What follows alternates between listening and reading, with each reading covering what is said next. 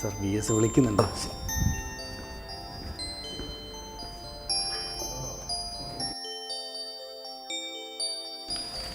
നമസ്കാരം. കൈരളി TV-ക്ക് വേണ്ടി ഒരു ഇൻ്റർവ്യൂ എന്ന് പറയാനൊക്കില്ല, ഒരു സംഭാഷണം, സൗഹൃദ സംഭാഷണം. സഖാവിനെക്കുറിച്ച് കേരളത്തിലുള്ള എല്ലാവർക്കും എല്ലാം അറിയാം. എങ്കിലും അറിഞ്ഞുകൂടാത്ത എന്തെങ്കിലും ഉണ്ടെങ്കിൽ, അല്ലെങ്കിൽ അറിയുന്ന കാര്യങ്ങൾ തന്നെ വീണ്ടും കേൾക്കാൻ അവർക്ക് താല്പര്യവും അതൊരു സന്തോഷവുമാണ്.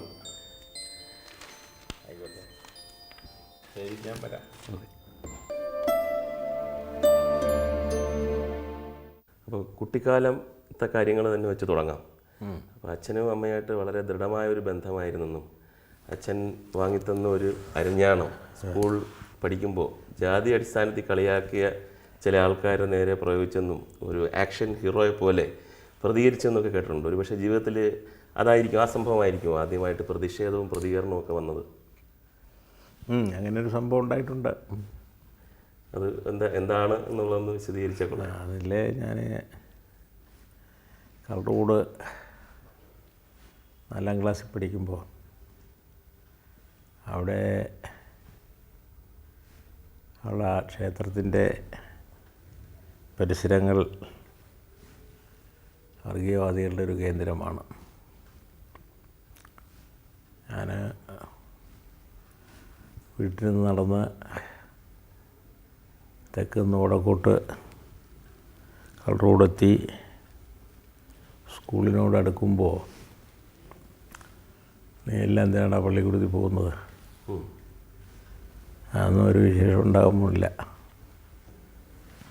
എന്ന് പറഞ്ഞ് പരിഹസിക്കുകയും തിരിച്ചു പോടറാന്നൊന്ന് ആവശ്യപ്പെടുകയും ചെയ്തപ്പോൾ അതൊരു 2ാമത്തെ പ്രാവശ്യമാണ് അതിങ്ങനെ ഉണ്ടായി എന്ന് വന്നപ്പോൾ അങ്ങനെ ഒരു ഭീഷണിപ്പെടുത്തിയെങ്കിലും പുറകോട്ടൊന്നും ഓടിപ്പോയില്ല, അവിടെ നിന്നു. അതിനുശേഷം അവർ മുന്നോട്ട് പോകാൻ സമ്മതിക്കാതെ വന്നപ്പം പുറന്നോട്ട് തന്നെ പിന്നീട് നടന്നു പോന്നു. വീട്ടിൽ വന്ന അച്ഛനോട് ഈ കാര്യം പറഞ്ഞപ്പോൾ അത് വിഷമിക്കണ്ട എന്ന് പറഞ്ഞിട്ട് അരയിലെ സാധാരണയുള്ള വലിപ്പത്തേക്കാൾ കുറച്ചുകൂടെ വണ്ണമുള്ള ഒരരഞ്ഞാൻ പിടികളോടുകൂടി ഉണ്ടാക്കിത്തരികയും ഗത്യന്തരമില്ലാതെ വന്നാൽ അത് ഉപയോഗിക്കണമെന്ന് പറയുകയും ചെയ്തിരുന്നു. അതനുസരിച്ച് പിന്നെ അവരിങ്ങനെ പുറകോട്ടോടാ പള്ളിക്കൂടത്തിൽ പോകേണ്ട കാര്യമില്ല, എനിക്കൊന്നും പഠിക്കാനുള്ളതല്ല, കളറോട്ട് സ്കൂളെന്ന് പറഞ്ഞിട്ട് 5-8 പേരിങ്ങനെ മുന്നോട്ട് വന്നപ്പോൾ ഏറെ മുന്നിൽ വന്നവനിട്ട് 2 അടി കൊടുത്തപ്പോൾ അവൻ ഓടി, ബാക്കിയുള്ളവരും പുറകെ ഓടി. ഞാൻ സ്കൂളിലേക്ക് തന്നെ പോയി. ഹെഡ് മാസ്റ്ററോട് ഈ കാര്യം പറയുകയും ചെയ്തിരുന്നു. ഇങ്ങനെ സ്കൂളിലേക്ക് വരാൻ കുറേ ആളുകൾ, കുട്ടികളുമുണ്ട് വലിയവരുമുണ്ട്, ശ്രമിച്ചുകൊണ്ടിരിക്കുകയാണ്, സുരക്ഷിതത്വം തരണം എന്ന് പറഞ്ഞു. അദ്ദേഹം അതിന് പിന്നീടുള്ള അറേഞ്ച്മെൻറ്റ് ചെയ്യിച്ച് അങ്ങനൊരു സംഭവം ഉണ്ടായിട്ടുണ്ട്. അപ്പോൾ ഈ സംഭവം നടക്കുമ്പോൾ ഒറ്റയ്ക്കായിരുന്നു? അതെ. അപ്പോൾ ഈ കൂടെയുള്ള ഈ സഹപാഠികൾ, അതായത് ഇതിൻ്റെ ഒരു ഇതിൽ കൂട്ടിന് അല്ലെങ്കിൽ സഹായത്തിനൊന്നും വന്നില്ല? ഇല്ല, ഞാൻ അന്നേരം പിന്നെ തനിച്ചേ ഉണ്ടായിരുന്നുള്ളൂ. അപ്പോൾ പിൽക്കാലത്ത് പിന്നെ ഇവർ ശല്യപ്പെടുത്താനൊന്നും വന്നിട്ടില്ല. അപ്പോൾ ആ ഒരു സംഭവത്തോടുകൂടി അതൊരു ശുദ്ധികലശലായിരുന്നു. അതെ അതെ. ടീച്ചർ ഹെഡ് മാസ്റ്ററും അതിലെ ഇടപെട്ട് അവരുടെ രക്ഷകർത്താക്കളൊക്കെ വിളിച്ച് സംസാരിച്ച് കാണണം. പിന്നീട് സംഭവങ്ങളൊന്നും ഉണ്ടായിട്ടില്ല. നമ്മളിപ്പം സിനിമയിലോ അല്ലെങ്കിൽ ഒരു കഥയിലോ വായിക്കാത്ത തരത്തിലുള്ള ഒരു സംഭവമാണ് അമ്മയുടെ മരണം എന്ന് ഞാൻ കേട്ടിട്ടുണ്ട്. അതെ. വളരെ നമ്മൾ വിശ്വസിക്കാൻ ആവാത്ത തരത്തിലുള്ള ഒരു വലിയ ട്രാജഡി ആയിരുന്നു. അതെ. അപ്പോൾ ആ സംഭവം എങ്ങനെയായിരുന്നു എന്നുള്ളത്? സംഭവം ഞങ്ങളെല്ലാം ഒരുമിച്ച് വീട്ടിൽ കഴിഞ്ഞുകൊണ്ടിരിക്കുന്ന അവസരത്തിൽ ആ കാലത്ത് പെട്ടെന്ന് എല്ലാ നാടടക്കം ഒരു മസൂരി കഥ വരികയാണ്. അന്ന് മസൂരിയൊക്കെ വന്നു കഴിഞ്ഞാൽ പെട്ടെന്ന് അത് സുഖേട് ബാധിക്കുന്ന ആളുകളെ തനിച്ച് വീട്ടിൽ നിർത്തിയിട്ട് മറ്റുള്ളവരെല്ലാം തന്നെ പകരാതിരിക്കാൻ വേണ്ടി മറ്റു ബന്ധുക്കളുടെ വീടുകളിൽ പോയി താമസിക്കുന്ന പതിവുണ്ട്. അതനുസരിച്ച് അമ്മയെ ഞങ്ങൾ താമസിച്ചുകൊണ്ടിരുന്ന വീട്ടിൽ 2-3 ആളുകളെ ശുശ്രൂഷിക്കാൻ വേണ്ടി ചുമതലപ്പെടുത്തിയതിന് ശേഷം മാറി താമസിക്കുകയായിരുന്നു അച്ഛൻ്റെ സഹോദരിയുടെ വീട്ടിൽ. അപ്പോൾ അങ്ങനെ കഴിഞ്ഞ് കുറച്ച് ദിവസം കഴിഞ്ഞപ്പോൾ എൻ്റെ മൂത്ത സഹോദരനുമായിട്ട് അമ്മയെ കാണാൻ പോയി. അമ്മയെ ദൂരെ നിന്ന് കണ്ടു. കണ്ടതിന് ശേഷം അമ്മ കൈവീശി. പിന്നെ ഞങ്ങൾ താമസിക്കുന്ന വീടിൻ്റെ തൊട്ട് തെക്ക് വശം ഒരു തോടുണ്ട്. പാലം കയറി ഇക്കരെ ഇറങ്ങിക്കഴിഞ്ഞ് നോക്കിയപ്പോൾ ജനൽ കൂടി അമ്മ ഇങ്ങനെ കൈവീശുന്ന കണ്ടു. കൈവീശിക്കൊണ്ട് ഞങ്ങൾ കുറേ നേരം നിന്നതിന് ശേഷം തിരിച്ചു മടങ്ങുകയാണ് ഉണ്ടായത്. ഒരുപാട് ദൂരമുണ്ടോ ഈ ഇല്ല, കുറച്ച്. ഈ ഒരു അസുഖം വരുമ്പോൾ ആ പ്രദേശത്തുള്ള എല്ലാവരെയും തന്നെ ഒഴിഞ്ഞ് താമസിക്കുകയാണ്. അയൽ വീട്ടിലും ഉണ്ടായിരുന്നു. അങ്ങനെ അവിടെ ഈ സൂര്യ ബാധിച്ച പിന്നെ വ്യക്തികൾ ഇതുപോലെ ശുശ്രൂഷയ്ക്ക് ആവശ്യമായിട്ടുള്ള കുടുംബാംഗങ്ങളോടൊപ്പം വീട്ടിൽ താമസിക്കുകയും ഇടയ്ക്ക് വൈദ്യന്മാർ വന്നിട്ട് അതിന് ചില പച്ച മരുന്നുകളുടെ ചികിത്സ അയം ഗുളികയൊക്കെ കൊടുത്തിട്ട് പോകും. അങ്ങനെയായിരുന്നു അക്കാലത്തെ ചികിത്സാ രീതിയും ശുശ്രൂഷയുടെ രീതിയും രോഗികളുടെ അവസ്ഥയും അങ്ങനെയായിരുന്നു. അച്ഛൻ 11-ാം വയസ്സിൽ മരിച്ചു, അമ്മ 4-ാം വയസ്സിൽ മരിച്ചു. ഇതുകൊണ്ടായിരിക്കുമോ സഖാവിന് ദൈവവിശ്വാസം ഇല്ലാതായി എന്ന് ഞാൻ ഒരു സ്ഥലത്ത് വായിച്ചിട്ടുണ്ട്. അങ്ങനെ ഞാൻ അമ്മയുടെ ആകസ്മികമായ മരണവും പിന്നെ രക്ഷിതാവായിട്ട് നോക്കിക്കൊണ്ടിരുന്നത് അച്ഛനായിരുന്നു. അച്ഛന് ഞാനിങ്ങനെ 7-ാം ക്ലാസ്സിൽ പഠിച്ചുകൊണ്ടിരിക്കുന്ന അവസരത്തിൽ പെട്ടെന്ന് മരണപ്പെട്ടു. അസുഖമായിരിക്കുമ്പോൾ തന്നെ ഞാൻ ഈ ലോകത്തും കേരളത്തിലുമൊക്കെ ഉള്ള ദൈവങ്ങളെ ഇങ്ങനെ പ്രാർത്ഥിക്കുകയും ഏകാലംബമായിട്ടുള്ള അച്ഛൻ്റെ ജീവിതം രക്ഷിക്കണമെന്നുള്ള നിലയിൽ അഭ്യർത്ഥിക്കുകയും മറ്റുമൊക്കെ ചെയ്തെങ്കിലും അന്നും ഫലമില്ലാതെ വന്നു കഴിഞ്ഞതിന് ശേഷമുള്ള ആ വിശ്വാസ തകർച്ച എനിക്കുണ്ടായിട്ടുണ്ട്. പിന്നെ എല്ലാം പിന്നെ കുറേശ്ശെ വായിക്കാനും മനസ്സിലാക്കാനും ഒക്കെ കഴിഞ്ഞതോടുകൂടിയിട്ട് ആ വിശ്വാസം ദൃഢമാകുകയും മതേതരവും ശാസ്ത്രീയവുമായിട്ടുള്ള ധാരണകളിലേക്ക് എത്തുകയുമാണ് ഉണ്ടായിട്ടുള്ളത്. ആ കാലഘട്ടത്തിലാണോ കമ്മ്യൂണിസത്തിലേക്കോ അല്ലെങ്കിൽ ഇങ്ങനെയുള്ള ഒരു ചിന്തയിലേക്ക് വന്നത്? ഒരു ചിന്താഗതിയിലേക്ക് വന്നത് ഒരു 39 അന്ന് ദേശവ്യാപകമായിട്ട് സ്വാതന്ത്ര്യത്തിന് വേണ്ടിയുള്ള പ്രക്ഷോഭണം ഗാന്ധിജിയുടെ നേതൃത്വം നടക്കുകയും കേരളത്തിൽ സ്റ്റേറ്റ് കോൺഗ്രസ് രൂപം കൊണ്ടിട്ട് ഒരു കൊല്ലമാകുകയും അതിൻ്റെ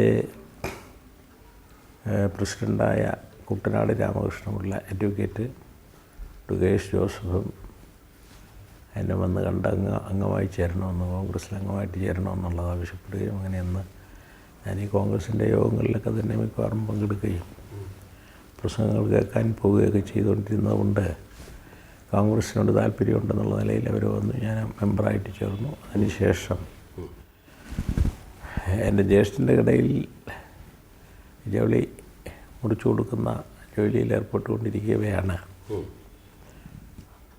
പിന്നെ യുദ്ധകാലത്തിൻ്റെ വളർച്ചയുടെ ഘട്ടത്തിൽ ഏതാണ്ട് 40 പുതിയ തൊഴിലാളികളെ ഫാക്ടറിയിലേക്ക് പ്രവേശിപ്പിക്കുന്നുവെന്നറിഞ്ഞിട്ട് ബ്രിട്ടീഷുകാരുടെ ഫാക്ടറി ആയിട്ടുള്ള ആലപ്പുഴ ആസ്പിൻ വർക്ക് ഫാക്ടറിയിൽ ഞാൻ പ്രവേശിക്കുകയും അവിടെ ജോലിയിൽ ഏർപ്പെട്ടതിനെ തുടർന്നാണ് പുറത്തു വെച്ച് തന്നെ കോൺഗ്രസ് പാർട്ടിയും കോൺഗ്രസ് സോഷ്യലിസ്റ്റ് പാർട്ടിയും ഒക്കെ ആയിട്ട് ഞാൻ ബന്ധപ്പെടുകയും അതിൻ്റെ രേഖകൾ എനിക്ക് രഹസ്യമായി കൊണ്ടുതരികയും വായിക്കുകയൊക്കെ ചെയ്യുമായിരുന്നു. എന്നോടുകൂടി സ്കൂളിൽ പഠിച്ചിരുന്ന സ്നേഹിതന്മാർ നേരത്തെ തന്നെ സ്കൂൾ വിട്ടുപോയ ഒരു ഫാക്ടറിയിൽ പ്രവേശിച്ചവരും പാർട്ടിയായിട്ട് സോഷ്യലിസ്റ്റ് പാർട്ടിയും കമ്മ്യൂണിസ്റ്റ് പാർട്ടിയായിട്ടൊക്കെ ബന്ധപ്പെട്ടവർ പിന്നീട് ഞാനുമായിട്ട് ബന്ധപ്പെടുകയും അവർ വഴി സ്വാതന്ത്ര്യ പ്രസ്ഥാനത്തിൻ്റെ വിവിധ രൂപങ്ങളെപ്പറ്റി കോൺഗ്രസിൻ്റെ നയം, സോഷ്യലിസ്റ്റ് പാർട്ടിയുടെ നയം, കമ്മ്യൂണിസ്റ്റ് പാർട്ടിയുടെ നയം ഇതെല്ലാം തന്നെ വിശദീകരിക്കുന്ന രേഖകളും പുസ്തകങ്ങളുമൊക്കെ എനിക്ക് തരികയും ഇങ്ങനെ വായിക്കുകയൊക്കെ ചെയ്തിട്ടുള്ളതിൻ്റെ ബന്ധമുണ്ടായിരുന്നുകൊണ്ട്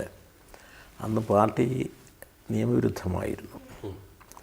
നിയമവിരുദ്ധമായിരുന്നെങ്കിലും നിയമവിരുദ്ധമായിരുന്ന പാർട്ടിയിൽ ഞാൻ പുറത്തു വച്ച് ഈ തരത്തിലുള്ള ബന്ധത്തിൽ ഏർപ്പെട്ടതുകൊണ്ട് എനിക്ക് മെമ്പർഷിപ്പ് കിട്ടാൻ വിഷമമുണ്ടായില്ല. അങ്ങനെ 1940 ട്രേഡ് യൂണിയൻ പ്രവർത്തനവും ഫാക്ടറി പ്രവേശിച്ചതിന് ശേഷം ട്രേഡ് യൂണിയൻ്റെ കയർ ഫാക്ടറി തൊഴിലാളി യൂണിയൻ്റെ പ്രവർത്തനത്തിൽ സജീവമാകുന്നതോടൊപ്പം തന്നെ പാർട്ടി മെമ്പർഷിപ്പ് എടുക്കുകയും പാർട്ടി പ്രവർത്തനങ്ങളിൽ പയ്യെ രഹസ്യമായിട്ട് നിയമവിരുദ്ധമായ പാർട്ടി ആയതുകൊണ്ട് അങ്ങനെ നടത്തിക്കൊണ്ടിരിക്കുകയുമാണ് ചെയ്തത്. അതാണ് ആരംഭം. സഹോദരൻ ജൗളിക്കടയാണെന്ന് പറഞ്ഞു. സഹോദരങ്ങളെക്കുറിച്ച് എന്താണ്?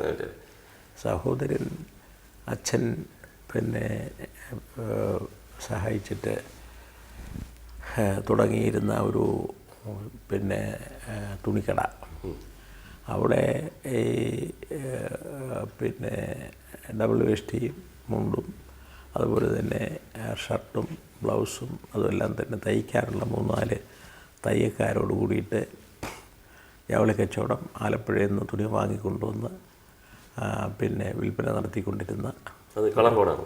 കളർ റോഡല്ല, പറവൂർ പുന്നപ്രയുടെ കിഴക്കുവശം. ആ പറവൂർ റോഡരികിലുള്ള ഒരു കടയായിരുന്നു. ആ കടയിലാണ് ഞാൻ സ്കൂളിൽ നിന്ന് വിട്ടതിന് ശേഷം അവിടെ ജ്യേഷ്ഠനെ സഹായിച്ചുകൊണ്ട് കുറച്ച് കാലം പിന്നെ 10ാം ക്ലാസ്സിലേക്ക് എത്തിക്കുന്നതിന് വേണ്ടിയിട്ട് ഞാൻ പഠനത്തിന് ഇടയ്ക്ക് വെച്ച് നിർത്തുന്നത് അത് താല്പര്യം ഇഷ്ടക്കുറവുണ്ടായെന്ന് മനസ്സിലായിട്ട് ജ്യേഷ്ഠൻ ചില ട്യൂഷൻ മാസ്റ്റർമാരെ ഏർപ്പാട് ചെയ്ത് തന്നിരുന്നു. അവരുമായിട്ട് കാലത്തും വൈകുന്നേരം അവരുടെ ട്യൂഷൻ ക്ലാസ്സിൽ പങ്കെടുക്കുകയും കടയിൽ വരികയും അങ്ങനെ ചെയ്തുകൊണ്ടിരിക്കുന്നതിനിടയിലാണ് ഈ പുതുതായിട്ട് ഫാക്ടറിയിൽ ആളെടുക്കുന്നു എന്നുള്ള സ്ഥിതി വന്നപ്പോൾ പിന്നെ ഫാക്ടറിയിൽ പോയത്. ചെറുപ്പകാലത്ത് ഈ കിളിത്തട്ട് കളിയിൽ ഭയങ്കര കളിയും കിളിത്തട്ട് കളി, വോളിബോള് അതുപോലുള്ള കളികളിലെല്ലാം ഇപ്പോൾ എങ്ങനെയാണ് സ്പോർട്സിനെ കാണുമ്പോൾ താല്പര്യമുണ്ടെന്നുള്ളതല്ലാതെ കളിക്കാനൊന്നും അവസരം കിട്ടാറില്ല. ഫുട്ബോൾ വേൾഡ് കപ്പ് എല്ലാം കണ്ടില്ല? എല്ലാം കാണാറുണ്ട്. ഇപ്പോഴും ഈ വ്യായാമ മുറകളും അങ്ങനെയുള്ള കാര്യങ്ങളൊക്കെ എല്ലാം സമയം കിട്ടുമ്പോഴൊക്കെ ചെയ്യാറുണ്ട്. അപ്പോൾ അത് ആ ടച്ച് ഇതിനായിട്ട് വിട്ടിട്ടില്ല? ഇല്ല. അപ്പോൾ ബാക്കി കുറച്ച് കാര്യങ്ങൾ നമുക്ക് പുറത്ത് ഇറങ്ങി സംസാരിക്കാം.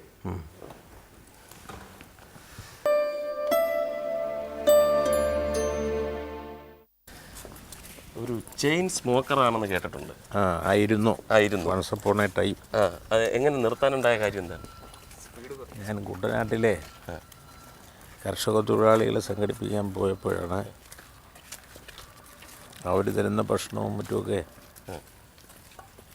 കഴിക്കുന്നതിനിടയിൽ വീഡിയോ വലി തുടങ്ങി. പിന്നെ അത് സിഗരറ്റായി. അത് ഒന്ന് കഴിയുമ്പോഴേക്ക് മറ്റൊന്ന്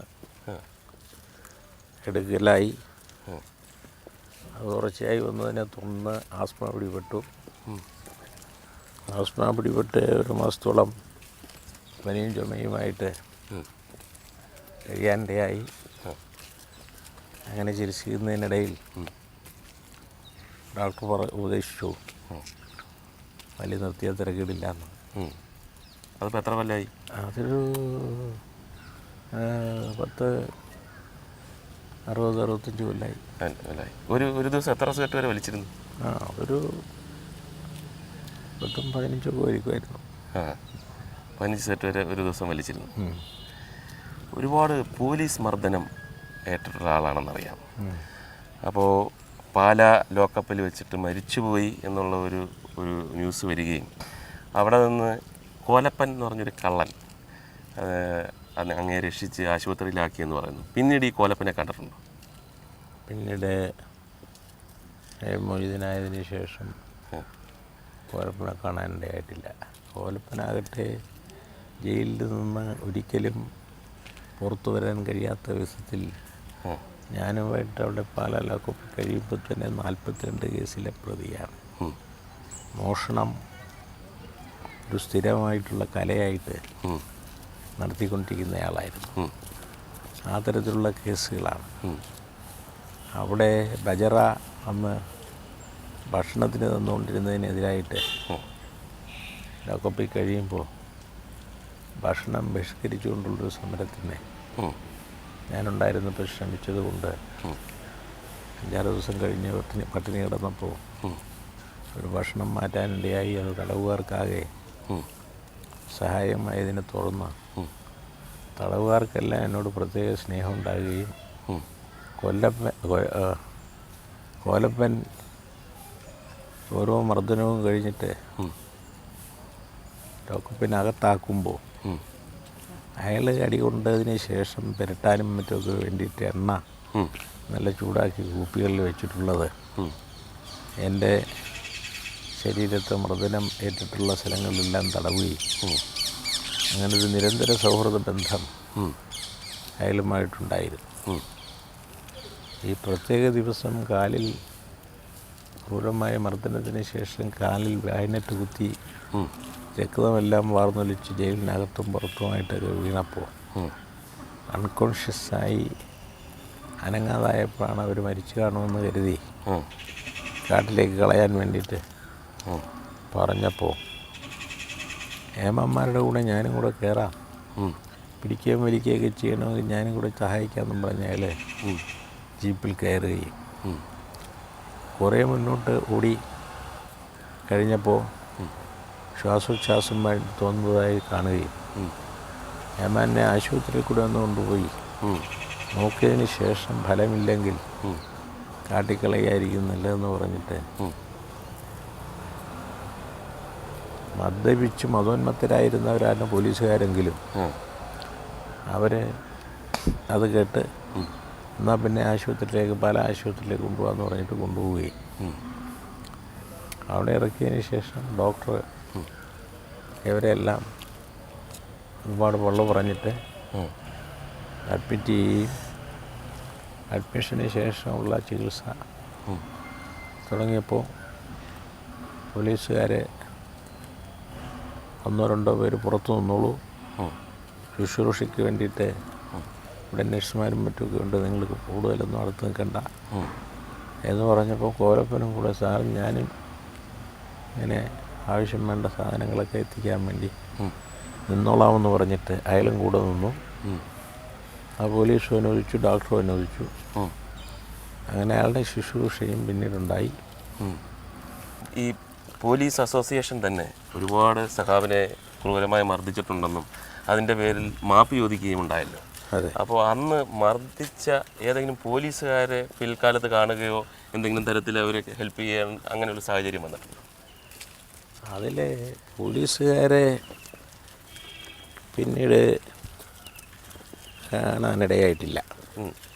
2 പേരെ, 2 സബ് ഇൻസ്പെക്ടർമാരെ കാണാനിടയായി. അതിലൊരാളെ ഞാൻ ആലപ്പുഴ സബ് ജയിലിൽ കഴിയുമ്പോൾ ടൈഫോയിഡ് പിടിപെട്ട്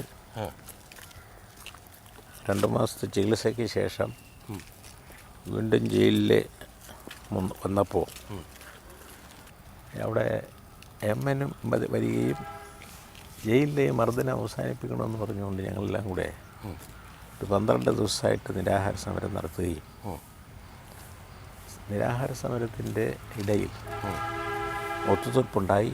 OM ഖാദറിന് സ്ഥലം മാറ്റാം, മർദ്ദനം ഇനി ഉണ്ടാവില്ല എന്ന് പറഞ്ഞതനുസരിച്ച് നിരാഹാര സമരം അവസാനിപ്പിച്ചതിൻ്റെ പിറ്റേ ദിവസമാണ് ഈ സംഭവം.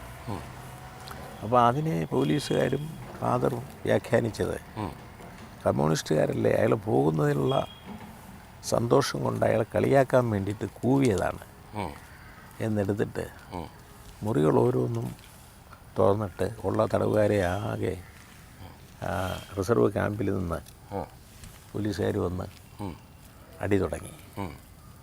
അങ്ങനെ അടി തുടങ്ങിക്കൊണ്ടിരിക്കുമ്പോൾ ഞാൻ കഴിഞ്ഞിരുന്ന റൂമിൽ സബ് ഇൻസ്പെക്ടറുടെ നേതൃത്വത്തിലൊരു സെറ്റ് വന്ന് പിടിച്ചിറക്കി. ആദ്യം 2 ചെവി അടച്ചുകൊണ്ട് ഒരു അടിയടിച്ചതിന് ശേഷം മുതുകിനെ ഒരു ഇടിച്ചപ്പോഴേക്ക് പോലീസുകാരും തടവുകാരും പറഞ്ഞിപ്പം ടൈഫോയിഡും കഴിഞ്ഞ് കൊണ്ടുവന്നയാളാണ്, മരിച്ചുപോയാൽ താൻ ഉത്തരം പറയേണ്ടി വരും, സാർ ഉത്തരം പറയേണ്ടി വരുമെന്ന് പോലീസുകാരും മറ്റാളുകളും പറഞ്ഞുടനെ തുറന്നാൽ നിർത്തി. അങ്ങനെ ഒരാൾ 57 ഗവൺമെൻറ് വന്നതിന് ശേഷം അന്ന് ഞാൻ സ്റ്റേറ്റ് സെക്രട്ടേറിയറ്റ് മെമ്പറായിട്ട് തിരുവനന്തപുരത്ത് എസ് കുമാരൻ്റെ വീട്ടിൽ ഞങ്ങൾ 2 പേരും സ്റ്റേറ്റ് സെക്രട്ടേറിയറ്റ് മെമ്പർമാരായതുകൊണ്ട് അന്നത്തെ ഗവൺമെൻറ്റിൻ്റെ നയസമീപനങ്ങളെ EMS ഗവൺമെൻറ് നയസമീപനങ്ങളെ സംബന്ധിച്ചെല്ലാം ഇടയ്ക്കിടയ്ക്ക് ചർച്ചകൾ നടക്കുമ്പോൾ അവിടെ ഉണ്ടാകണമെന്നുള്ള അടിസ്ഥാനത്തിൽ അവിടെ ക്യാമ്പ് ചെയ്യായിരുന്നു.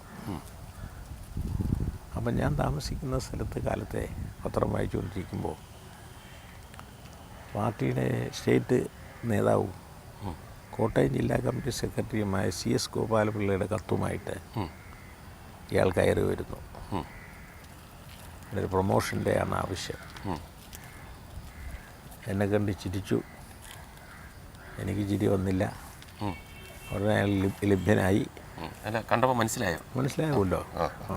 പിന്നെ കുറേ കാലം അവിടെ കിടന്നല്ലേ, അതുമല്ല നല്ല അടിയും കൊണ്ടതല്ലേ. അപ്പോൾ അതുകൊണ്ട് പിന്നെ ഞാൻ ചിരിച്ചു, ആരുടെ നോക്കാമെന്ന് പറഞ്ഞ് അയാളെ യാത്ര അയച്ചു. അപ്പോൾ 57 ഈ കമ്മ്യൂണിസ്റ്റ് ഭരണം വരുമ്പോൾ 9 സെക്രട്ടേറിയറ്റ് അംഗങ്ങളിൽ 8 പേരും ഇന്ന് ജീവിച്ചിരിപ്പില്ല. അതിനുശേഷം CPIയും CPMും രണ്ടായപ്പോഴും CPM കെട്ടിപ്പടുത്താൻ വേണ്ടി ഏറ്റവും കൂടുതൽ ചരിത്രപ്രധാനമായിട്ടുള്ള പങ്ക് വഹിച്ചിട്ടുള്ളത് സഖാവാണ്. അത് ആരെങ്കിലുമൊക്കെ മറക്കുന്നുണ്ടെന്ന് എപ്പോഴെങ്കിലും തോന്നുന്നുണ്ടോ? അല്ല, അതെല്ലാം തന്നെ അറിയാവുന്ന ആളുകൾ അറിയാവുന്ന ആളുകൾ പലരും ജീവിച്ചിരിപ്പില്ല. പിന്നെ ചെറുപ്പക്കാരായിട്ടുള്ള ആളുകൾ, അതൊക്കെ മനസ്സിലാക്കിയിട്ടുള്ള ആളുകൾ അതൊക്കെ ഓർക്കും. അങ്ങ് മുഖ്യമന്ത്രിയായിട്ട് വരുമ്പോൾ ഒരുപക്ഷെ ഒരുപാട് വാഗ്ദാനങ്ങളും എൻ്റെ ഓർമ്മയിൽ ഇത്രയും ഗംഭീരമായിട്ട് ആവേശത്തോടു കൂടി പിന്നെ ഭരണത്തിലെത്തിയ ഒരു മന്ത്രിസഭ ഉണ്ടായിട്ടില്ല എന്ന് തന്നെ പറയാം. അപ്പോൾ ഒരുപാട് വാഗ്ദാനങ്ങളും പാവപ്പെട്ട ആയിട്ടുള്ള ആൾക്കാർ, സാധാരണക്കാരായിട്ടുള്ള ആൾക്കാർ ഒരുപാട് പ്രതീക്ഷ അർപ്പിക്കുന്നുണ്ട്. ഏത് ലെവൽ വരെ, അല്ലെങ്കിൽ ഏത് അടിസ്ഥാനം വരെ അത് നിറവേറ്റാൻ കഴിയുമെന്ന് എനിക്ക് തോന്നുന്നുണ്ട്? അതിൽ കുറേ കാര്യങ്ങൾ സ്വാഭാവികമായിട്ടും ചെയ്യാൻ കഴിയുമെന്നുള്ള വിശ്വാസമുണ്ട്. ഈ കാർഷിക സമ്പദ് വ്യവസ്ഥയുടെ തകർച്ചയും കൃഷിക്കാരുടെ പിന്നെ പട്ടിണിയും ആത്മഹത്യയും അതുപോലുള്ള സ്ഥിതിഗതികൾക്ക് കുറേയെല്ലാം പരിഹാരം കാണാൻ കഴിയും. അപ്പം അതിനു വേണ്ടിയിട്ടുള്ള ചില നടപടികൾ ഞങ്ങൾ അധികാരത്തിൽ വന്നതിന് ശേഷം തന്നെ എടുത്തു തുടങ്ങിയിട്ടുണ്ട്. അതുപോലെ തന്നെ കർഷക തൊഴിലാളികളുടെ പെൻഷൻ അതൊരു കൊല്ലത്ത് ഒന്നിച്ചു കൊടുത്തു. ആദിവാസികളെ അവർ ഇറക്കിക്കൊണ്ടിരുന്നത് അവർ കയ്യേറി കുടിൽ വെച്ച് കൃഷി ചെയ്തൊക്കെ താമസിച്ചുകൊണ്ടിരുന്ന സ്ഥലത്തുനിന്ന് പോലീസും ഫോറസ്റ്റ് ഉദ്യോഗസ്ഥന്മാരും വന്ന് ഓരോ പ്രാവശ്യവും ആഴ്ചയിലൊരിക്കൽ ഇറക്കി വിടും. പിന്നെ അവർ ആ സ്ഥലത്ത് തന്നെ താമസിക്കും, പിന്നെ ഇറക്കി വിടും. അങ്ങനെ കഴിഞ്ഞിരുന്ന ഒരു 10,000-ഓളം ആദിവാസികൾക്ക് ഞങ്ങൾ കൈവശരേഖ നൽകി. അവർക്ക് അവർ താമസത്തിനുള്ള ഉറപ്പ്, ഈ പട്ടയം കൊടുക്കുന്നതിന് മുമ്പുള്ള നടപടി ഇപ്പോൾ സ്വീകരിച്ചതിൻ്റെ ഫലമായി ഇനി അവരെ ആരെയും ഇറക്കില്ല. അവരുടെ പേരിലെടുത്തിട്ടുള്ള കേസുകളും നിരവധി കേസുണ്ടായിരുന്നു, അതെല്ലാം തന്നെ പിൻവലിച്ചു. അതുപോലെ തന്നെ ഈ ട്രഡീഷണൽ ഇൻഡസ്ട്രീസ് എന്ന് പറയുന്ന പരമ്പരാഗത വ്യവസായങ്ങൾ, കയറ്, കശുവണ്ടി, കൈത്തറി, ഫിഷറീസ്, ബീഡി, ഖാദി എന്നീ മേഖലകളിലുള്ള തൊഴിലാളികളുടെ അവരുടെ സമുദ്ധരണത്തിന് വേണ്ടിയിട്ട് ചില നടപടികൾ സ്വീകരിക്കാനും ബഡ്ജറ്റിൽ അവർക്ക് വേണ്ടിയിട്ടുള്ള പുനരുദ്ധാരണത്തിന് വേണ്ടിയിട്ടുള്ള ഫണ്ട് കരുതി വയ്ക്കാനും, അതുപോലെ തന്നെ നമ്മുടെ ഗവൺമെൻറ്റിന് കൂടി ഉടമസ്ഥാവകാശമുള്ള പൊതുമേഖലാ സ്ഥാപനങ്ങൾ 111 പൊതുമേഖലാ സ്ഥാപനങ്ങളുണ്ട്. 10-12 സഹകരണ അടിസ്ഥാനത്തിൽ പ്രവർത്തിക്കുന്ന ഫാക്ടറികളുണ്ട്. അവകളുടെ എല്ലാം തന്നെ പുനരുദ്ധാരണത്തിനും നഷ്ടത്തിലോടുന്നത് പുനരുദ്ധരിക്കാനും അതുപോലെ തന്നെ നഷ്ടവും ലാഭവും ഇല്ലാത്തത് ലാഭകരമാക്കാനും ലാഭത്തിലോടുന്നത് മര്യാദയ്ക്ക് ലാഭകരമായി നടത്തിയിട്ട് പുതുതായിട്ട് തൊഴിലാളികളെ അതിനകത്ത് എടുക്കാൻ കഴിയുമോ എന്ന് പരിശ്രമിക്കുക. നഷ്ടത്തിലോടുന്നത് പുനരുദ്ധരിച്ച് തൊഴിലാളികളെ കൂടുതൽ അവിടെ എടുക്കാൻ കഴിയുമോ എന്ന് നോക്കുക. അങ്ങനെ ലാഭകരമാക്കാനുള്ള ശ്രമം നടത്തുക. അതുപോലെ തന്നെ IT മേഖലയിലെ പുതുതായിട്ട് ചെറുപ്പക്കാർക്കും ചെറുപ്പക്കാരികൾക്കും തൊഴിൽ കൊടുക്കാനുള്ള സാധ്യത ആരാഞ്ഞുകൊണ്ടുള്ള നടപടി സ്വീകരിച്ചതോട് കൂടിയിട്ട് 10,000-കണക്കിന് ആളുകളെ ജോലിയിൽ പ്രവേശിപ്പിക്കാമെന്ന് പറഞ്ഞിട്ട് പല ഓഫറുകളും വൻകിട കമ്പനിയുടെ പ്രമാണിമാരായിട്ടുള്ള ആളുകൾ വരികയും കാണുകയും അവർ ഓഫർ നൽകുകയൊക്കെ ചെയ്തുകൊണ്ടിരിക്കുകയാണ്. അങ്ങനെ കുറേ പ്രതീക്ഷയും കുറേ കാര്യങ്ങൾ ചെയ്യാനുള്ള കഴിയുമെന്നുള്ള ആത്മവിശ്വാസവുമുണ്ട്. പിന്നെ എന്താണെന്ന് ചോദിച്ചാൽ 57, 67, 80, 87, 96 ഈ കാലങ്ങളിലെല്ലാം തന്നെ ഇടതുപക്ഷത്തിൻ്റെതും കമ്മ്യൂണിസ്റ്റ് പാർട്ടിയുടെയും നേതൃത്വത്തിലുള്ള ഗവൺമെൻറ്റുകൾ വരികയും ആ കാലത്തെല്ലാമുള്ള ചില ഭരണപരമായ പരിഷ്കാരങ്ങൾ എടുക്കാനിടയായിട്ടുള്ളപ്പോഴുള്ള ജനങ്ങളുടെ ഇടയിലുള്ള അഭിപ്രായങ്ങളും വിശ്വാസവും പിന്നെ അന്ന് തന്നെ കുറേയധികം ആളുകൾ അവർ ഇതെല്ലാം സാധിക്കുമെന്നുള്ള നിലയിൽ വന്ന അവസരത്തിൽ അത് നടക്കാൻ കഴിയാത്ത കാര്യങ്ങൾ അവർക്കെല്ലാം തന്നെ മനസ്സിലായിട്ടുള്ളത് കൊണ്ട് ഇടതുപക്ഷ ഗവൺമെൻറ് അധികാരത്തിൽ വന്നാൽ ചെയ്യാൻ കഴിയുന്നതും അതിൻ്റെ പരിമിതികളും സാമാന്യന് ജനങ്ങൾക്ക് മനസ്സിലായിട്ടുണ്ട്. പിന്നെ അത് മനസ്സിലാക്കി കൊടുക്കുകയും വേണ്ടതുണ്ട്. അങ്ങനെ കാര്യങ്ങൾ മുൻ ഗവൺമെൻറ് കഴിഞ്ഞ 4-5 കൊല്ലമായിട്ട് അധികാരത്തിലിരുന്നപ്പോൾ കാണിച്ചിട്ടുള്ള പിടിപ്പില്ലായ്മയും അഴിമതിയും അതെല്ലാം തന്നെ കണ്ടുപിടിച്ച് അഴിമതിക്ക് നടത്തിയിട്ടുള്ള ആളുകളുടെ കേസുകളെല്ലാം മര്യാദയ്ക്ക് കൈകാര്യം ചെയ്തിട്ട് കുറ്റവാളികളെ പുറത്തു കൊണ്ടുവരാനുള്ള നടപടി സ്വീകരിക്കുക. അതേപോലെ തന്നെ അവരിലെ പുത്തൻ മടിശീലക്കാരായിട്ടുള്ള ആളുകൾ ഈ പ്രായമാകാത്ത പെൺകുട്ടികളെ ലൈംഗിക ചൂഷണത്തിന് വിധേയമാക്കിയിട്ടുള്ള നിരവധി കേസുകളിൽ ഒരെണ്ണത്തിനെതിരായിട്ട് പോലും നടപടിയെടുക്കുകയോ ഒരാളെ പോലും അറസ്റ്റ് ചെയ്യുകയോ ചെയ്യാത്തൊരു സമീപനമാണ് സ്വീകരിച്ചു പോകുന്നത്. അപ്പോൾ അതിൽ കുറേ കേസുകൾ പുറത്തു കൊണ്ടുവരാനും കുറ്റവാളികളെ ജനസമക്ഷം അവതരിപ്പിക്കാനും ഒക്കെയുള്ള നടപടി സ്വീകരിക്കുക. ഇതേപോലുള്ള കാര്യങ്ങളെല്ലാം ചെയ്തുകൊണ്ട് ജനങ്ങളിൽ പ്രതീക്ഷയും ആത്മവിശ്വാസവും വളർത്തി മുന്നോട്ട് പോകാൻ കഴിയുമെന്നാണ് കരുതുന്നത്. അപ്പം അങ്ങയുടെ പഠിത്തം വളരെ ചെറുപ്പകാലത്ത് തന്നെ പ്രത്യേക സാഹചര്യത്തിൽ നിർത്തേണ്ടി വന്നു എന്ന് പറഞ്ഞു. അപ്പോൾ ഒരു നാടിൻ്റെ ഏറ്റവും വലിയ സ്ഥാനത്തിരിക്കുന്ന മുഖ്യമന്ത്രി പദത്തിലിരിക്കുന്ന അങ്ങേക്ക് അതുകൊണ്ട് എന്തെങ്കിലും ഒരു പോരായ്മ ഇംഗ്ലീഷ് ഭാഷ ഇപ്പം പിന്നെ ഡൽഹിയിൽ പോകുമ്പോഴും അല്ലെങ്കിൽ പുറത്തുള്ള വലിയ നേതാക്കന്മാരെ കാണുമ്പോഴും ഒക്കെ ചർച്ച ചെയ്യാനും ഒക്കെ ഇംഗ്ലീഷ് ഭാഷയുടെ പോരായ്മ അല്ലെങ്കിൽ ഈ വിദ്യാഭ്യാസത്തിൻ്റെ പോരായ്മ എപ്പോഴെങ്കിലും തോന്നിയിട്ടുണ്ടോ? അതൊന്നും തോന്നിയിട്ടില്ല. കാരണം സാമാന്യന ആളുകളുമായിട്ട് ഭാഷയിലെ പ്രാഥമികമായിട്ടുള്ള കാര്യങ്ങളെല്ലാം തന്നെ അവരെ പറഞ്ഞ് മനസ്സിലാക്കാനും അവർ പറയുന്നതെല്ലാം കേൾക്കാനും എല്ലാം കഴിയുന്നതിൻ്റെ ഫലമായിട്ട് അങ്ങനെയൊന്നും ഒരു നിരാശ തോന്നിയിട്ടില്ല. അപ്പോൾ അങ്ങ് വളർന്നു വന്ന അല്ലെങ്കിൽ ആ കാലഘട്ടത്തിൽ കമ്മ്യൂണിസ്റ്റ് പാർട്ടിയുടെ വളർച്ചയിൽ തന്നെ കല, സാഹിത്യം, നാടകം ഇതെല്ലാം തന്നെ ഒരു സഹചാരിയായിരുന്നു. എപ്പോഴെങ്കിലും കലയോട് താല്പര്യം അല്ലെങ്കിൽ അതിനകത്തുള്ള പ്രവർത്തനം എപ്പോഴെങ്കിലും ഉണ്ടായിട്ടുണ്ടോ? അതിലിപ്പോൾ ഈ പിന്നെ തോബിൽ ബാസിയുടെ പിന്നെ കഥയും അതിനെ തുടർന്ന് കമ്മ്യൂണിസ്റ്റാക്കി നാടകങ്ങൾ വരികയും അത് പിന്നെ എൻ്റെ റിഹേഴ്സല് അതിനുശേഷമുള്ള നിരവധി നാടകങ്ങൾ നേരിട്ട് കാണുക തുടങ്ങിയിട്ടുള്ള സംഭവങ്ങളെല്ലാം ആദ്യകാലത്ത് ഉണ്ടായിട്ടുണ്ട്. ഇതിനെല്ലാം തന്നെ പ്രോത്സാഹനം നൽകുന്നതിന് വേണ്ടിയിട്ടുള്ള നിലപാട് അന്ന് പാർട്ടിയും പാർട്ടി നേതാക്കന്മാരുമൊക്കെ എടുക്കുകയും പിന്നെ കെ ദാമോദരൻ്റെ പാട്ടബാക്കി എന്ന നാടകത്തിന് ശേഷം ആദ്യമായി പുരോഗമന പ്രസ്ഥാനത്തെ ഏറ്റവുമേറെ മുന്നോട്ട് കൊണ്ടുപോകാൻ സഹായിച്ച ഒരു നാടകം എന്നുള്ള നിലയിൽ കമ്മ്യൂണിസ്റ്റാകുകയും അതിനുശേഷമുള്ള ബാസി തന്നെ എഴുതിയിട്ടുള്ളതും ഒ മാധവൻ എഴുതിയിട്ടുള്ളതും അഭിനയിച്ചിട്ടുള്ളതുമായ ഒട്ടേറെ നാടകങ്ങൾ ഞാൻ കണ്ടിട്ടുണ്ട്. അതിനോട് അതെല്ലാം അഭിരുചിയും കാണാനുള്ള താല്പര്യമെല്ലാം തന്നെ ആ കാലത്ത് തന്നെ എനിക്കുണ്ടായിരുന്നു.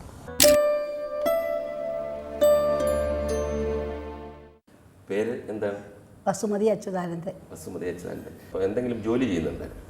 ഉണ്ടായിരുന്നു, നേഴ്സായിരുന്നു ആലപ്പുഴ മെഡിക്കൽ കോളേജിൽ. റിട്ടയർഡായി ഇപ്പോൾ ജോലിക്കൊന്നും പോകുന്നില്ല, ഹസ്ബൻഡിന് നോക്കൽ.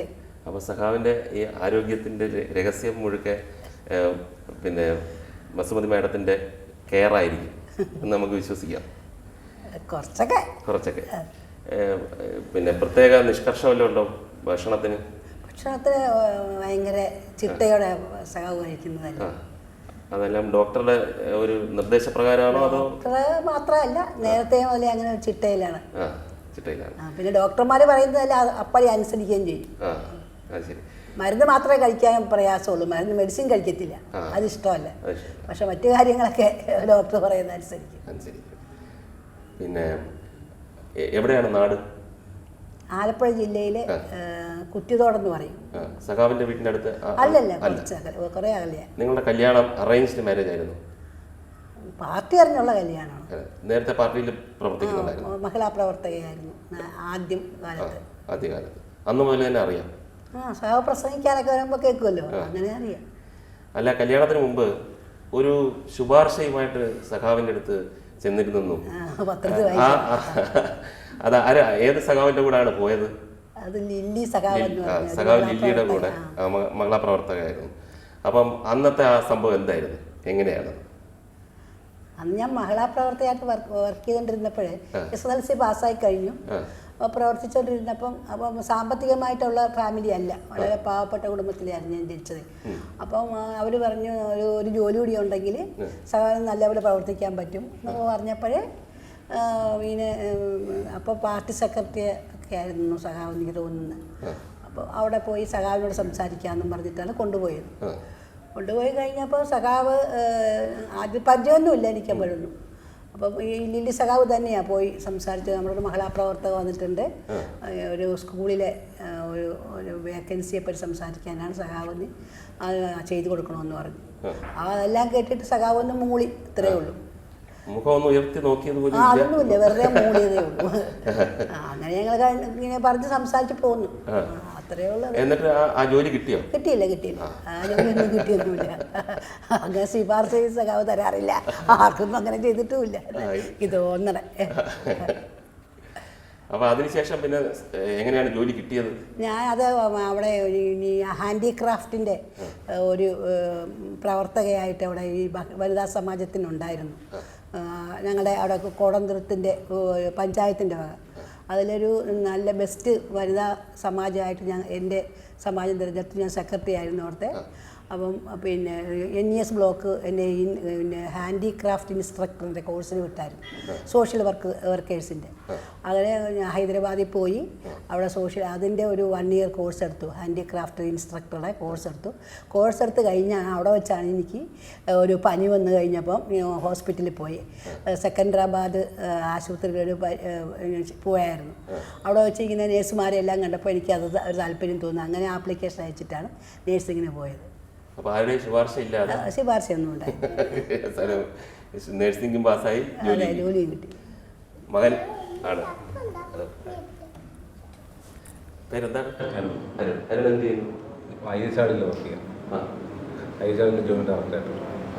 അരുണിന്റെ വൈഫിന്റെ പേരെന്താ? ഡോക്ടർ രജനി. വർക്ക് ചെയ്യുന്നുണ്ടോ? ഇപ്പം ഡിപ്ലോമ പഠിച്ചോണ്ടിരിക്കുന്നു. എവിടെ? ട്രിവാൻഡ്രം തന്നെയാണ്? മംഗലാപുരം. എവിടെയാണ് നാട്? എറണാകുളത്താണ്. സഖാവിന് എത്ര കുട്ടികളാണുള്ളത്? 2 പേര്. ഇനി ഒരാള്? മൂത്ത മോള് എന്ത് ചെയ്യുന്നു? മോള് രാജീവ് ഗാന്ധി സെന്ററിലെ സയന്റിസ്റ്റാണ്. കേരളത്തില് പ്രത്യേകമായിട്ട് ആദ്യമായിട്ട് ഒരു ഡോക്ടറേറ്റ് കിട്ടിയത്. അതെ. മക്കളുടെയൊക്കെ കാര്യങ്ങളിലൊക്കെ ഇടപെടാറുണ്ടോ? പഠിത്ത കാര്യങ്ങൾ ചെറുപ്പത്തിലൊക്കെ പഠിപ്പിക്കുകയൊക്കെ ചെയ്യുമായിരുന്നു.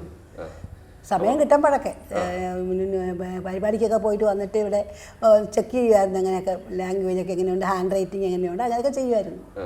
സമയം കിട്ടുന്നതനുസരിച്ച് ചെയ്യുമായിരുന്നു. അപ്പോൾ ഈ സഖാവിന് ഒരുപാട് പോലീസ് മർദ്ദനം ലഭിച്ചിട്ടുണ്ട്, ഞങ്ങളിങ്ങനെ സംസാരിച്ചു. അപ്പോൾ അടിയന്തരാവസ്ഥ കാലത്ത് ഈ സഖാവ് ജയിലിലായിരുന്നപ്പോൾ കുട്ടികളുമായിട്ടുള്ള ഒരു ജീവിതം അതിനെപ്പറ്റി എന്തെങ്കിലും? അത് ഭയങ്കര ബുദ്ധിമുട്ടായിരുന്നു. അപ്പോൾ എനിക്ക് ജോലിക്ക് പോകണമായിരുന്നു. അപ്പം കുട്ടികൾക്ക് എപ്പോഴും അസുഖം, ചെറിയ പിള്ളേരായിരുന്നു ഇവർ രണ്ടുപേരും, മോളും മോനും. അപ്പോൾ പിള്ളേർക്ക് പിന്നെ ബ്രോങ്കോ ന്യൂമോണിയ വന്നു, ഈ മീസിൽസ് വന്നിട്ട് പിന്നെ ഒത്തിരി 2-3 പ്രാവശ്യം പിള്ളേരെ അഡ്മിറ്റ് ചെയ്തു ഹോസ്പിറ്റലിൽ തന്നെ. അപ്പം നമുക്ക് ഈ പരോളിലൊന്നും അയച്ചിട്ടില്ല, കൊടുത്തിട്ടൊന്നും തന്നിട്ടില്ലായിരുന്നു. അങ്ങനെ ഒത്തിരി ബുദ്ധിമുട്ടിയായിരുന്നു, വളരെയേറെ ബുദ്ധിമുട്ടിയായിരുന്നു.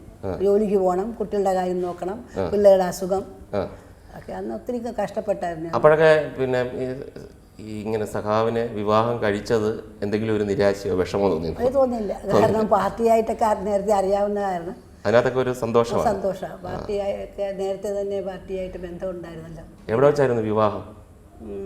ആലപ്പുഴ നരസിംഹപുരം ഓഡിറ്റോറിയത്തിൽ വെച്ചായിരുന്നു വിവാഹത്തിൻ്റെ പിറ്റേ ദിവസം തന്നെ ഒരു വീടെടുത്ത് താമസിച്ചിട്ട് അന്ന് അമ്പലപ്പുഴ MLA ആയിരുന്നു. അപ്പം ഇങ്ങനെ നേരെ തിരുവനന്തപുരത്തേക്ക് ഒറ്റയ്ക്ക് വന്നു എന്നുള്ളൊരു കഥയുണ്ട്. അത് സത്യമാണ്? സത്യമാണ്. സഖാവ് പോയി അവിടെ, പിന്നെ അസംബ്ലിയൊക്കെ ആയതുകൊണ്ട് സഖാവ് പോയായിരുന്നു. അത് കഴിഞ്ഞ് ഒരാഴ്ച കഴിഞ്ഞിട്ടാണ്, വെള്ളിയാഴ്ച കഴിയുമല്ലോ അസംബ്ലി, അത് കഴിഞ്ഞിട്ടാണ് വന്നത്. അപ്പോൾ എന്ത് കൂടെ പോകണമെന്ന് പറഞ്ഞില്ലേ? കൂടെ പോകണമെന്നൊക്കെ പറഞ്ഞായിരുന്നു, പിന്നെ കൊണ്ടുപോയായിരുന്നു. അല്ല, ഇത് ഈ കല്യാണം കഴിഞ്ഞ് പെട്ടെന്ന് ഇങ്ങനെ വരുമ്പോഴത്തേക്ക് ആൾക്കാർ ഒറ്റയ്ക്ക് വരുന്നത് കണ്ടപ്പോൾ ആൾക്കാരെന്തെങ്കിലും ചോദിച്ചു, എന്താ സഖാവ് കുഞ്ഞുങ്ങളെ പോകാഞ്ഞ്, കൂടെ കൊണ്ടുപോകാഞ്ഞ് എന്നൊക്കെ ചോദിച്ചായിരുന്നു. അപ്പോൾ അതൊന്നും അത്ര ശ്രദ്ധിക്കാറില്ല. അതൊക്കെ കേട്ടുവിടുക എന്നുള്ളതല്ലാതെ മനുഷ്യർ പലതൊക്കെ ചോദിക്കുമല്ലോ. ഈ സഖാവിനെ പറ്റി എന്തെങ്കിലുമൊക്കെ ഈ പിന്നെ കോൺട്രവേഴ്സീസ് അല്ലെങ്കിൽ എന്തെങ്കിലുമൊക്കെ ആരോപണങ്ങൾ വരുമ്പോൾ അതെങ്ങനെ എടുക്കും? ആദ്യമൊക്കെ നല്ല വിഷമം തോന്നും, പിന്നെ അതൊക്കെ ഞങ്ങൾ തന്നെ സോൾവ് ചെയ്യും. രാഷ്ട്രീയം വീട്ടിലേക്ക് ചർച്ച കൊണ്ടുവരില്ല? അത് കൊണ്ടുവരില്ല, രാഷ്ട്രീയമൊന്നും വീട്ടിൽ ചർച്ച ചെയ്യാറില്ല. എന്നാലും ഇത് നമ്മൾ പത്രമൊക്കെ വായിച്ച് ഇതൊക്കെ അറിയുമല്ലോ. സഖാവിയുടെ അങ്ങനെ രാഷ്ട്രീയം ചോദിച്ചാൽ സഖാവ് അത്ര അത് കാര്യമായിട്ട് എടുക്കത്തുമില്ല, അതിന് മറുപടി ഒന്നും പറയുകയില്ല. അതുകൊണ്ട് ഞങ്ങളധികം ചോദിക്കില്ല.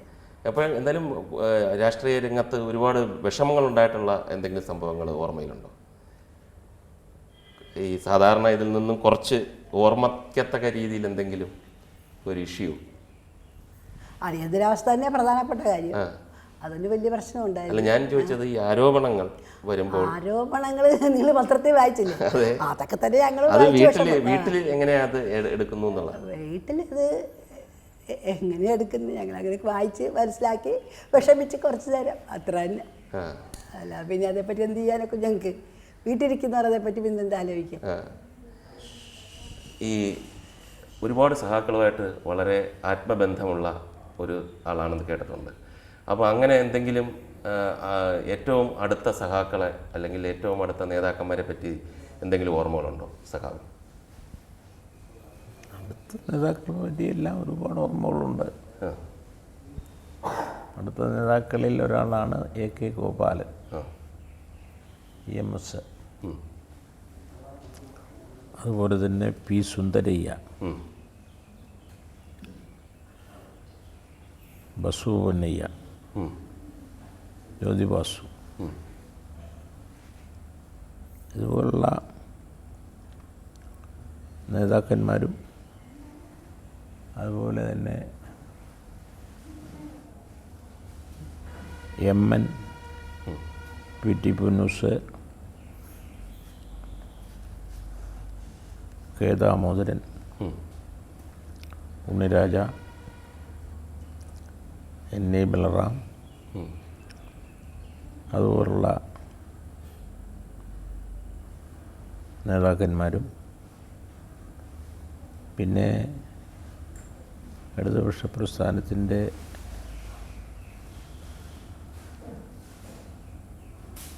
പങ്കജാക്ഷൻ, ചന്ദ്രചൂഡൻ, അതുപോലുള്ള നേതാക്കൾ, മറ്റ് കക്ഷികളുടെ നേതാക്കൾ, അവരെല്ലാമായിട്ട് കുറേ അധികം കാലത്തെ പരിചയവും സ്നേഹവും ബന്ധവും ഒരുമിച്ചുള്ള പ്രവർത്തനവും പിണങ്ങിയുള്ള പ്രവർത്തനങ്ങളും എല്ലാം തന്നെ ഇടകലർന്ന് ഉണ്ടായിട്ടുണ്ട്. അപ്പോൾ അവരുടെയൊക്കെയുള്ള സ്ഥിതിഗതികളെ സംബന്ധിച്ചെല്ലാം മനസ്സിലാക്കാനും പഠിക്കാനും കഴിഞ്ഞിട്ടുണ്ട്. ആ തരത്തിലുള്ള അനുഭവങ്ങളും കാര്യങ്ങളും എല്ലാം ഇപ്പോഴും ഉണ്ട്.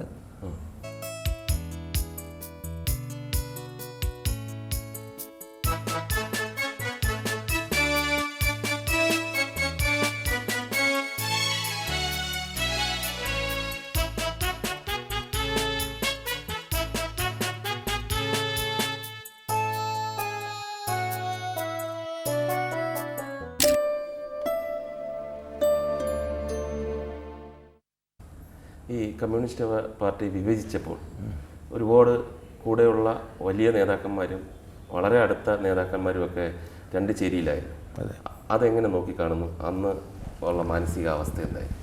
അന്നൊരു ശരിയായ നിലപാട് communist party of India, Marxist, CPIM എടുത്തുകൊണ്ട് മുന്നോട്ട് പോവുകയായിരുന്നു എന്നുള്ള ആത്മവിശ്വാസം ഉണ്ടായിരുന്നതുകൊണ്ട് അവരെല്ലാം വളരെ പെശകായ സമീപനം എടുത്തുകൊണ്ടിരിക്കുന്നു എന്നുള്ള തരത്തിലുള്ള വ്യഥയും അവരെ ഈ കാര്യങ്ങൾ മനസ്സിലാക്കി കൊടുക്കാനുള്ള ശ്രമങ്ങളും എല്ലാം പരസ്പരം ചർച്ചകൾ വഴി നടത്തിയിട്ടുണ്ട്. സൗഹൃദമായിട്ടുള്ള ബന്ധം നിലനിർത്തുമ്പോൾ തന്നെ ഈ വക കാര്യങ്ങൾ പരസ്പരം ചർച്ച ചെയ്തിട്ട് യോജിച്ചു പോകാവുന്ന നിലയിലുള്ള അന്തരീക്ഷം ഉണ്ടാക്കാൻ വേണ്ടിയിട്ട് CPIM തമ്മിലുള്ള ലയനം ആണ് അവരാഗ്രഹിച്ചതെങ്കിലും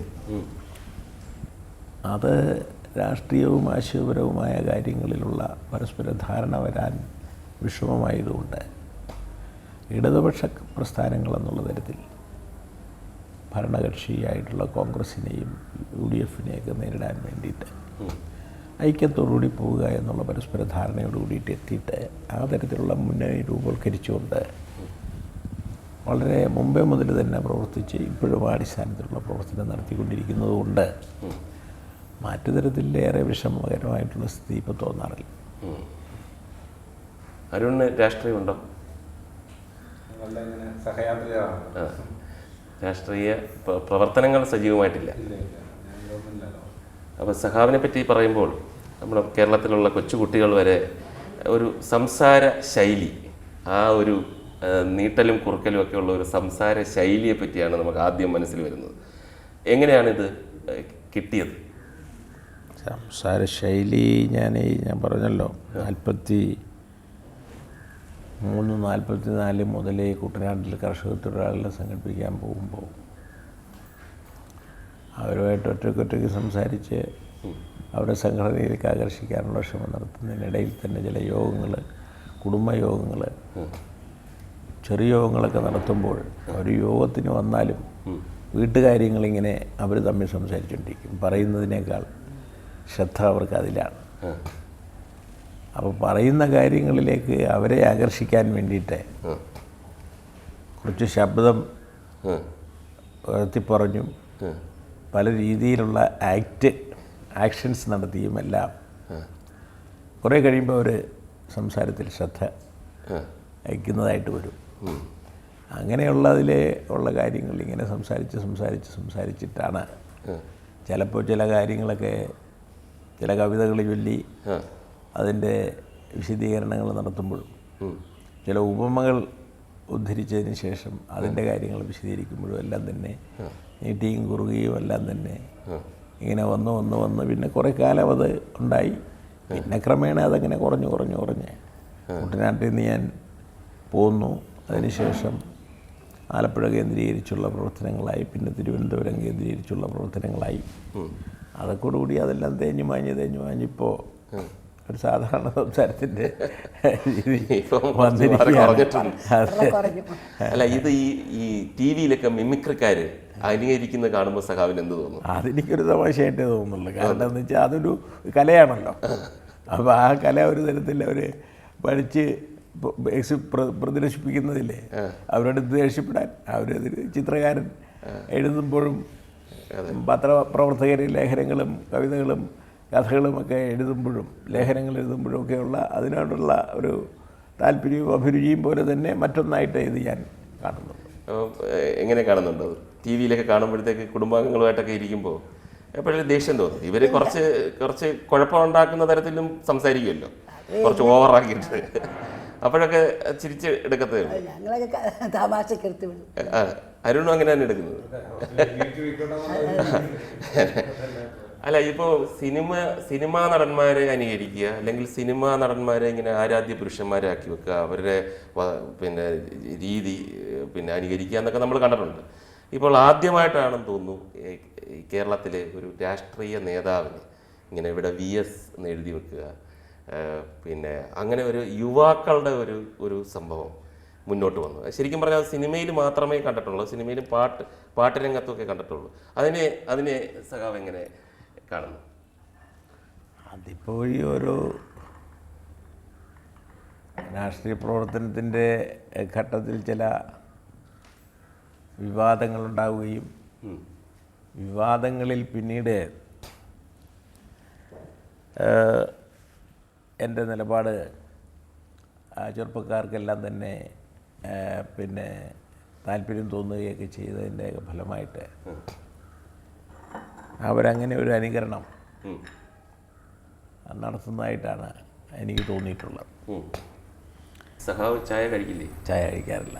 എന്തെങ്കിലും പ്രത്യേകിച്ച് കാരണം? 40 കൊല്ലമായിട്ട് അതും ഡാക്ടറുടെ ഉപദേശം അനുസരിച്ച് ഈ പുകവലി നിർത്തിയതുപോലെ തന്നെ ചായ നിർത്തിയാൽ തിരക്കേടില്ല. കുടിക്കുന്ന ഓരോ ചായയുടെയും നമ്പർ, വീട്ടിൽ നിന്ന് കഴിക്കുന്ന ചായ, പിന്നെ ഓഫീസിൽ ചെല്ലുമ്പോൾ ഫ്രണ്ട്സുമാർ വരുമ്പോൾ ഒന്നിലധികം ഇങ്ങനെ ചായ കുടിക്കുക. വൈകുന്നേരം ആകുമ്പോഴേക്ക് നിരവധി ചായകൾ ഉള്ളിൽ ചെല്ലുന്നതിൻ്റെ കൂടെ എത്തുന്ന പഞ്ചസാരയുടെ ഫലമായിട്ട് രാഷ്ട്രീയ നേതാക്കന്മാരായിട്ടുള്ള നിങ്ങളുടെ കൂട്ടുകാർ പലരും ഡയബറ്റിക് രോഗികളായിട്ട് മാറിയിട്ടുണ്ട്. അത് എനിക്ക് പിന്നെ ഡോക്ടർ പറഞ്ഞപ്പോൾ അത് ശരിയാണെന്ന് പല കൂട്ടുകാരുടെ അനുഭവങ്ങൾ നോക്കിയപ്പോൾ മനസ്സിലായിട്ടുമുണ്ട്. അപ്പോൾ അതുകൊണ്ട് പിന്നെ ഇതങ്ങ് ഉപേക്ഷിക്കുക എന്നുള്ളത് ചെയ്ത് കഴിഞ്ഞാൽ ഡയബറ്റിക്കിൽ നിന്ന് രക്ഷപ്പെടാൻ കഴിയും. ഇപ്പോൾ എനിക്ക് ഡയബറ്റിക് ഇല്ല. അപ്പോൾ അന്നത്തെ ഡോക്ടറുടെ ഉപദേശം സ്വീകരിച്ച് അത് പാലിച്ചത് കൊണ്ട് ഗുണമുണ്ടെന്ന് മനസ്സിലായതുകൊണ്ട് ഇപ്പോൾ ചായ തൊടുകയില്ല, ചായയും കൊടുക്കില്ല, കാപ്പിയും കുടിക്കില്ല, ഒറ്റൊന്നും കഴിക്കില്ല. ജീരകമുള്ളോ അതുപോലെ തന്നെ ചുക്കുവെള്ളോ അതുപോലെ ഈ പിന്നെ ഇത് പിന്നെ മറ്റേ ഏതെങ്കിലും ഉള്ള പാനീയങ്ങളെ കഴിക്കുള്ളൂ. വളരെ സന്തോഷമുണ്ട്. കാരണം നമ്മുടെ കേരളത്തിലുള്ള ആൾക്കാർ സഖാവിനെ വളരെ ഒരു സീരിയസ് ആയിട്ടുള്ള ഒരാളായിട്ടേ കണ്ടിട്ടുള്ളൂ. അപ്പോൾ പല കൊച്ചുനാളിലെ പോലുള്ള പല കാര്യങ്ങളും പങ്കുവെക്കാൻ കഴിഞ്ഞു. നമ്മുടെ കേരളത്തിലുള്ള പ്രേക്ഷകരോടൊപ്പം തന്നെ അത് ഒരു സിനിമാ നടനായി എനിക്കും പല കാര്യങ്ങളും മനസ്സിലാക്കാൻ കഴിഞ്ഞു. അത് വളരെ സന്തോഷമുണ്ട്. നന്ദി. ശരി.